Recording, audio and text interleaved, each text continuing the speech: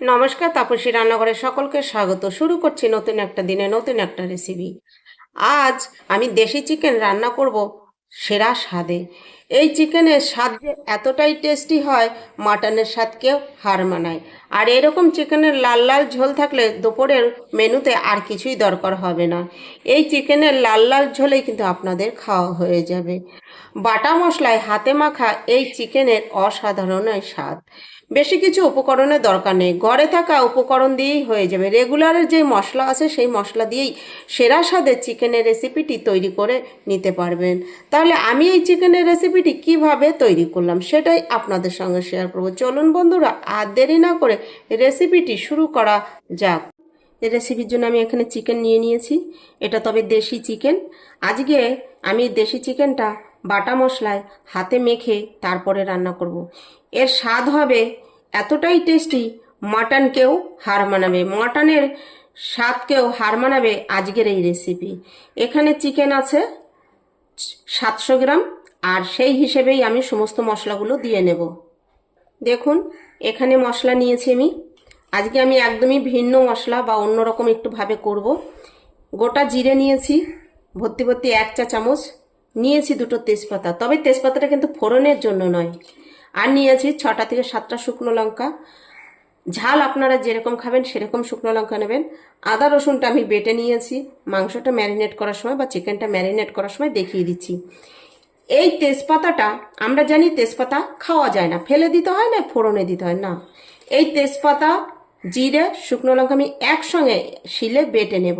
আর এই রান্নাটার জন্য অবশ্যই মশলাটা শিলে বেটে নেওয়ার চেষ্টা করবেন, সেই ক্ষেত্রেই স্বাদটা পারফেক্ট আসবে। এই রান্নাটা আমি শিখেছি আমার মায়ের কাছ থেকে। আমার মাকে দেখেছি এরকমভাবে তেজপাতা, জিরে, শুকনো লঙ্কা একসঙ্গে বেটে রান্না করতে। তাহলে চলুন মশলাটা আমি আগে বেটে নিয়ে আসি। এখানে দিয়ে দিচ্ছি পরিমাণ মতো নুন, দিচ্ছি পরিমাণ মতো হলুদ, দিয়ে দিচ্ছি 1 চা চামচের থেকে একটু বেশি মানে 1.5 চা চামচ আদা বাটা, 2 চা চামচ রসুন বাটা। এই রান্নাটায় রসুন বাটার পরিমাণটা আদা বাটা থেকে একটু বেশি দিতে হবে। দিয়ে দেব 4 টেবিল চামচ পরিমাণ সর্ষের তেল। এবার এখানে দিয়ে দিচ্ছি এই যে জিরে, তেজপাতা আর শুকনো লঙ্কা বাটা। এবার এই সমস্ত উপকরণ দিয়ে আমি ভালো করে হাতে করে কিন্তু মেখে নেব। এবার আমি করছি দেশি চিকেন দিয়ে। আমি এখানে বলে দিই, আপনারা যদি ব্রয়লার বা পোলট্রি চিকেন দিয়ে করেন সেক্ষেত্রে চিকেনটা ধুয়ে একটু লেবুর রস মেখে 10 থেকে 15 মিনিট রেখে দেবেন। সেক্ষেত্রে কি হবে, রান্নার সময় চিকেনটা কিন্তু গলে যাবে না। তারপরে সমস্ত রকম মশলা দিয়ে এরকম করে মেখে নেবেন। এবার আমি এটা কিন্তু মিনিমাম 15 থেকে 20 মিনিট হাতে করে ভালোভাবে মেখে নেব। আর এই মাখাটাই হচ্ছে এই রান্নার সব থেকে বেশি গুরুত্বপূর্ণ। এই মাখাটা কিন্তু খুব ভালোভাবে করতে হবে, তবেই কিন্তু এই চিকেনের টেস্টটা এতটাই ভালো হবে যে মাটনের কেউ হার মানাবে। আপনারা একবার এভাবে চিকেন রান্না করে খেলে আপনাদের আর দ্বিতীয় দিন মাটন খেতে ইচ্ছা হবে না, মনে হবে এইভাবে চিকেনটা রান্না করে খাই। তাহলে আমি এটা ভালো করে কিন্তু মেখে নেব। আমি কিন্তু দেশি চিকেন নিয়েছি বলে এখানে কিন্তু লেবুর রস দেইনি। আপনাদের পোলট্রি চিকেন নিলে, ব্রয়লার চিকেন নিলে সেই ক্ষেত্রেই কিন্তু লেবুর রসটা দিয়ে নেবেন। আর এখানে কিন্তু আর পোলট্রিতে কিন্তু দই ব্যবহার করবেন না, লেবুর রসটাই দিতে হবে। দই দিলে কিন্তু সেক্ষেত্রে হবে না, সেক্ষেত্রে চিকেনটা একদমই নরম হয়ে যাবে, রান্না করতে গেলে ভেঙে গলে যাবে। দেখুন আমি ভালো করে মেখে নিয়েছি প্রায় 20 থেকে 25 মিনিট। আর মাখতে মাখতে দেখবেন চিকেনটা অনেকটা সফট হয়ে যাবে আর চিকেন থেকে সুন্দর একটা স্মেল বা সেন্ট বেরিয়ে আসবে। এবার ঢাকা দিয়ে আমি এটা সাইডে রেখে দেব। রান্নার জন্য কড়াই বসিয়ে দিয়েছি, দিয়ে দিচ্ছি সর্ষের তেল। তেল হালকা গরম হয়ে গিয়েছে, এবার আমি দিয়ে দিচ্ছি আলু। আলুগুলো আমি বড় বড় করেই দিয়েছি, আপনাদের পছন্দ মতো দিয়ে নেবেন, অসুবিধা নেই। আলুগুলো কিন্তু এবার ভেজে নিতে হবে। আলুতে দিয়ে দিচ্ছি সামান্য একটু নুন, দিয়ে দিচ্ছি সামান্য একটু হলুদ। এবার এই আলুটা আমি নুন আর হলুদ দিয়ে ভেজে নেব। হলুদটা দিয়েছি সুন্দর একটা কালারের জন্য। আর আলু যদি নুন দিয়ে ভাজা হয় সেক্ষেত্রে কিন্তু আলুটা খেতে বেশি টেস্টি হয়, কারণ আলুর ভিতরে আস্তে আস্তে নুনটা প্রবেশ করে বা ঢোকে, তার জন্য আলুটা খেতে বেশি সুস্বাদু লাগে। এবার আমি আলুটা ঢাকা দিয়ে আঁচ কমিয়ে লাল করে ভেজে নেব। ঢাকাটা সরিয়ে নিচ্ছি। দেখুন আলুগুলো লাল লাল করে কিন্তু ভাজা হয়ে গেছে। আমি এবার একটা একটা করে তুলে নেব। এরকম লাল করে আলু ভেজে এই চিকেনের ঝোল করে দেখবেন, খেতে বন্ধুরা অসাধারণ লাগে। আপনাদের এই আলু আর ঝোলেই কিন্তু খাওয়া হয়ে যাবে, চিকেনেরও দরকার হবে না। এবার এই তেলের মধ্যে দিয়ে দিচ্ছি ফোড়ন। একটা তেজপাতা ছিঁড়ে 2 টুকরো করে দিয়েছি। আর দিয়ে দেবো এখানে আমি ফোড়নে গোটা জিরে, 1/2 চা চামচ গোটা জিরে। ফোড়ন দিয়ে ফোড়নটা কয়েক সেকেন্ড নেড়ে নিয়েছি। এবার দেখুন কেটে রাখা পেঁয়াজ দিয়ে দিচ্ছি। এখানে আমি মাঝারি সাইজের 2টো পেঁয়াজ নিয়েছি। আমি বললাম 700 চিকেন নিয়েছি, সেই হিসেবে কিন্তু আমি মশলার পরিমাণটা দিচ্ছি। আপনাদের চিকেনের পরিমাণ হিসেবে মশলাটা বাড়িয়ে বা কমিয়ে নেবেন। আর তেজপাতা জিরের সঙ্গে বেটে একবার চিকেন রান্না করে দেখবেন বন্ধুরা, তার সেন্ট আর স্বাদ দুটোই আলাদা হয়। আর আজকের রান্নাটাতে ধনে গুঁড়ো পড়বে না। আপনারা রান্না করলে অবশ্যই কিন্তু ধনে গুঁড়োটা দেবেন না, তাহলে ওই যে তেজপাতার যে সেন্টটা, স্মেলটা, ওটা কিন্তু চাপা পড়ে যাবে। আপনারা বুঝতে পারবেন না যে সেন্টটা কিরকম আসলো। একবার ট্রাই করে দেখুন যে তেজপাতা জিরের সঙ্গে বেটে দিয়ে রান্না করলে তার স্বাদ বা সেন্ট কিরকম হয়। এবার পেঁয়াজটা হালকা বাদামি করে ভেজে নেব। দেখুন পেঁয়াজটা ঠিক এরকম করে ভেজে নিতে হবে। আঁচ মাঝারি রেখে আমি 2 মিনিট ভেজে নিয়েছি। এই রান্নার জন্য পেঁয়াজটা খুব বেশি লাল করে ভাজা যাবে না। এবার দিয়ে দিচ্ছি এখানে মাঝারি সাইজের 2টো টমেটো। এই টমেটো দিয়ে এবার ভালোভাবে মিশিয়ে নিচ্ছি। দেখুন এবার কিন্তু এখানে আমার ঢাকা দিয়ে দিতে হবে। দিচ্ছি সামান্য একটু নুন, এতে টমেটোটা ভালোভাবে। এবার আমি আঁচ লো করে ঢাকা দিয়ে টমেটো ভালোভাবে গলে আসা পর্যন্ত একটু সময় নেড়ে চেড়ে রান্নাটা করব। ঢাকনাটা সরিয়ে নিচ্ছি। এবার দেখুন টমেটোটা কি সুন্দর নরম হয়ে গিয়েছে আর পেঁয়াজটাও নরম হয়েছে। এবার এটা রান্না করতে করতে কিন্তু পেঁয়াজটা একদমই গলে যাবে। যেরকম বেটে দিলে হয়, রান্নার পরে কিন্তু এই পেঁয়াজটা খুঁজেই পাওয়া যাবে না। এবার এখানে আমি দিয়ে দিচ্ছি এই যে ম্যারিনেট করে রাখা চিকেন।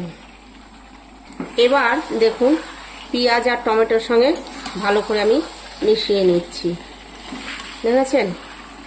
এরকমভাবে বন্ধুরা একবার চিকেন রান্না করে দেখুন, আপনারা নিজেরাই অবাক হয়ে যাবেন যে এত টেস্ট কি হয়। আশা করছি আমার এই রেসিপিটি আপনাদের কাছে ভালো লাগবে। রেসিপিটি ভালো লাগলে একটা লাইক ও কমেন্ট করবেন। আপনাদের একটা লাইক আর একটা কমেন্ট আমাকে কিন্তু ভিডিও করতে উৎসাহ দেয়। আর খুব বেশি ভালো লাগলে বন্ধুদের সঙ্গে বেশি বেশি শেয়ার করুন। আর আমার নতুন বন্ধুদের কাছে একান্ত অনুরোধ, আমার চ্যানেলটি সাবস্ক্রাইব করে আমার পাশে থাকুন। পাশে থাকা বেল আইকনটি প্রেস করে নোটিফিকেশনটি অন রাখুন। যখনই আমি এরকম নিত্য নতুন ভিডিও আপলোড করব, পৌঁছে যাবে সবার আগে আপনাদের কাছে। আর আপনারা কিন্তু অবশ্যই আপনাদের প্রত্যেকটা মতামত আমাকে কমেন্ট বক্সে জানাবেন। আপনাদের কাছে ভালো লাগলেও জানাবেন, খারাপ লাগলেও জানাবেন। আপনাদের প্রত্যেকটা কমেন্টেরই আমার কাছে খুব গুরুত্ববান। এই দেখুন ভালো করে কিন্তু পেঁয়াজ আর টমেটোর সঙ্গে আমি মিশিয়ে নিয়েছি। এই সময়টা কিন্তু আঁচটা একটু বাড়িয়ে দিয়ে রাখতে হবে, একদম ফুল করবেন না, তার থেকে একটু কম রাখবেন। দিয়ে 2 মিনিট থেকে 3 মিনিট কষে নিতে হবে। আমি 3 মিনিটের মতো কষে নিয়েছি। এবার যেই বোলের মধ্যে যে মাংস চিকেনটা ম্যারিনেট করে রেখেছিলাম, সেই বোলটা ধুয়ে একটু জল দিয়ে দিলাম। দেখতেই পেয়েছেন যে কতটুকু জল দিয়েছি। দিয়ে এবার কিন্তু চিকেনটা ঢাকা দিয়ে দিয়ে আমি 8 থেকে 10 মিনিট কষবো। তবে এটা দেশি চিকেনের ক্ষেত্রেই কিন্তু 8 থেকে 10 মিনিট কষতে হবে। আর যদি আপনারা ব্রয়লার চিকেন করে থাকেন, পোলট্রি, তাহলে কিন্তু 6 থেকে 7 মিনিট কষে নেবেন। নাহলে কিন্তু 8 থেকে 10 মিনিট কষতে গেলে চিকেনটা একদমই গলে যাবে। এবার আমি ঢাকা দিয়ে দিচ্ছি। আঁচ মাঝারি একটু লোতে রেখে এবার চিকেনটাকে আমি 8 থেকে 10 মিনিট কষবো। তবে মাঝে মাঝে ঢাকা তুলে কিন্তু নেড়ে দিতে হবে, নাহলে নিচ থেকে ধরে যাবে। ঢাকনাটা সরিয়ে নিচ্ছি। দেখুন দেখুন মশলাটা কষা হয়ে গেছে। এক্সট্রা যে জলটা বেরিয়েছিল, জলটাও বসে গিয়েছে, তেল ছাড়তে শুরু করেছে। এবার দিয়ে দিচ্ছি ভেজে রাখা আলু। এবার আলু দিয়ে আমি ভালো করে আবার মিশিয়ে নিচ্ছি। এবার আর ঢাকা দেব না, আমি ঢাকা দিয়ে 10 মিনিট কষে নিয়েছি। এবার এই আলুটা দিয়ে ঢাকা ছাড়াই আঁচ মাঝারি রেখে কিন্তু আমি আরও 2 মিনিট কষে নেব। তবে আমি কিন্তু আলুটা এত পরে দিয়েছি, তার একটাই কারণ, এগুলো চন্দ্রমুখী আলু, তার জন্য আমি একটু দেরি করে দিয়েছি, না হলে একদম গলে যাবে। আর এমনি নর্মাল যে আলুটা, যেটা জ্যোতি আলু, সেটা যদি হয় তাহলে কিন্তু আর একটু আগে দিতে হবে, তা নাহলে কিন্তু আলুটা সিদ্ধ হবে না। এবার আমি আরও 2 মিনিট কষে নেব। আলু দিয়ে 2 মিনিট কষে নিয়েছি, তেল ছেড়ে দিয়েছে। এবার দেখুন আমি কি দিচ্ছি, 1 চামচের মতো কাঁচা সর্ষের তেল আবার উপর দিয়ে দিয়ে দিচ্ছি, 1 টেবিল চামচ। দেখেছেন তো? এবার এই যে কাঁচা সর্ষের তেলটাকে দিয়েছি, এবার এটা ভালো করে মিশিয়ে নিতে হবে। এবার ভালো করে মিশিয়ে নিয়ে এবার দিয়ে দিচ্ছি আমি জল। এটা নর্মাল জলটাই দিচ্ছি। আমি পরিমাণ মতো জল দিয়ে দিয়েছি, যেহেতু পাতলা ঝোল খাবো। আলু আছে, আলুটা সিদ্ধ হবে, চিকেনটাও আরেকটু সিদ্ধ হবে, তার জন্য দেখুন দিয়ে ভালো করে আমি মিশিয়ে নিচ্ছি। এবার দিয়ে দিচ্ছি ঢাকা। ঢাকা দিয়ে আঁচ ফুল রেখে আমি রান্না করব 3 মিনিট থেকে 4 মিনিট। দেখুন ঢাকাটা সরিয়ে নিচ্ছি। এবার আমি দিয়ে দিচ্ছি মিট মশলা। আমি এটাতে কিন্তু মিট মশলা গুঁড়ো দিয়ে রান্না করছি। আপনারা চাইলে এক্ষেত্রে কিন্তু গোটা গরম মশলাকে বেটেও দিতে পারেন, আবার গোটা গরম মশলার গুঁড়োও দিতে পারেন। তবে মিট মশলা গুঁড়োটা দিলে তার সেন্টটা কিন্তু পুরোটাই আলাদা হয়। এবার এই মিট মশলাটা দিয়েও আমি কিন্তু ভালো করে এই ঝোলের সঙ্গে মিশিয়ে নেব। দেখুন মিট মশলা দিয়ে আমি ভালো করে মিশিয়ে নিয়েছি। আমি যেহেতু একটু ঝোল খাবো, মানে পাতলা ঝোল খাবো, তার জন্য কিন্তু ঝোলের পরিমাণ এরকম রাখছি। আপনারা চাইলে এর থেকে গাঢ় বা কষা কষা করে খেতে পারেন, কোনো অসুবিধা নেই। তবে এইভাবে অবশ্যই একবার চিকেন রান্না করে দেখুন, খেতে বন্ধুরা অসাধারণ হয়। মটনের স্বাদকেও হার মানায় এভাবে চিকেনের বাটা মশলায় হাতে মেখে দেশি চিকেনের এই লাল লাল ঝোল খেতে যে কি অসাধারণ লাগে। গরম গরম ভাতে বা রুটি পরোটার সঙ্গে ও জাস্ট জমে যায়। আমার কাছে তো ভীষণ ভালো লাগে, আর আমাদের ঘরেও কিন্তু খুব ভালো খায় এরকম করে। তাই আমি আজ এইভাবে বানিয়ে আপনাদের সঙ্গেও শেয়ার করলাম। এবার আমি গ্যাস অফ করে ঢাকা দিয়ে রেখে দেবো 5 মিনিটের জন্য। এই যে মিট মশলাটা দিয়েছি, ওর সেন্টটা যেন ভালোভাবে ঝোলে, আলুতে বা চিকেনের মধ্যে ঢুকতে পারে। দেখুন 5 মিনিট পরে আমি ঢাকাটা সরিয়ে নিয়েছি। শুধু চিকেনের কালারটা দেখুন বন্ধুরা। তাহলে আশা করছি আমার এই রেসিপিটি আপনাদের কাছে ভালো লাগবে। রেসিপিটি ভালো লাগলে একটা লাইক, কমেন্ট আর শেয়ার করুন। আর চ্যানেলটি সাবস্ক্রাইব করে আমার পাশে থাকুন। পাশে থাকা বেল আইকনটি প্রেস করে নোটিফিকেশনটি অন রাখুন।